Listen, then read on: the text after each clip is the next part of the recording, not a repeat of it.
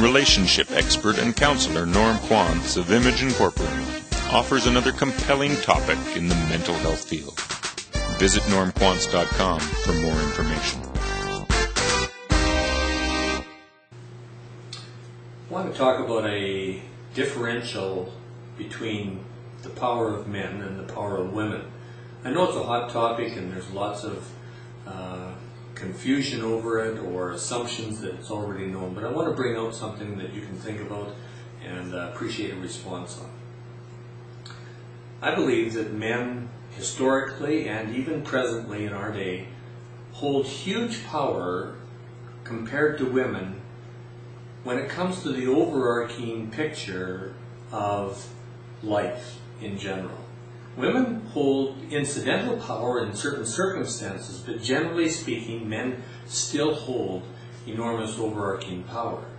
So it's really about the attitude that shows in the assumptions of what is really right or wrong, where the difference shows. It's not so much in who does what, but trying to be equal in power has typically taken on, in the movement of women trying to become equal, has taken on a specific approach to doing the roles being the same. So women today, some women, they make the same amount or even more than their spouses.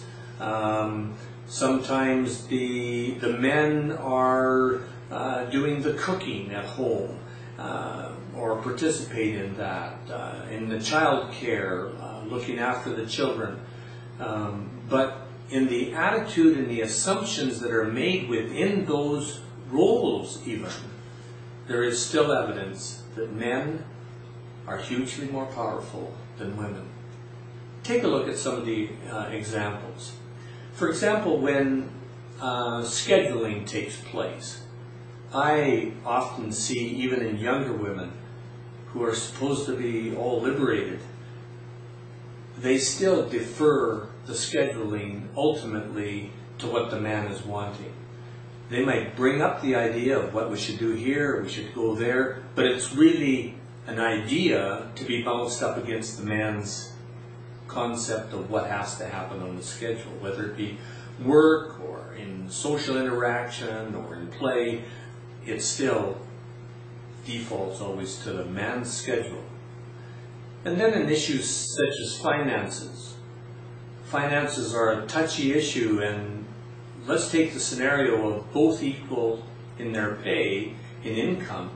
What's interesting is the women may be involved in bringing home a paycheck, but she may then also have the extra responsibility then of paying the bills, doing the bookwork, making sure it's all in order, and or if he's looking after that, there still remains that attitude that somehow if there's something wrong with finances, it's got to be her fault in some way. He is the sort of the chief executive officer of the financial world because he's the mainstay, he's the breadwinner, etc., etc. On issues concerning childcare, I've even heard men and younger men, when they have to look after their own kids, they call it babysitting their own children. What do you mean, I have to babysit the kids tonight? And in terms of arranging for daycare or concerns at school, when the school phones the home, who's to get mostly in the hands of? It's most often in the hands of the ladies. While the men wait as being the final authority eventually on it if the matter doesn't get resolved at the lesser level of the women's dealing with it.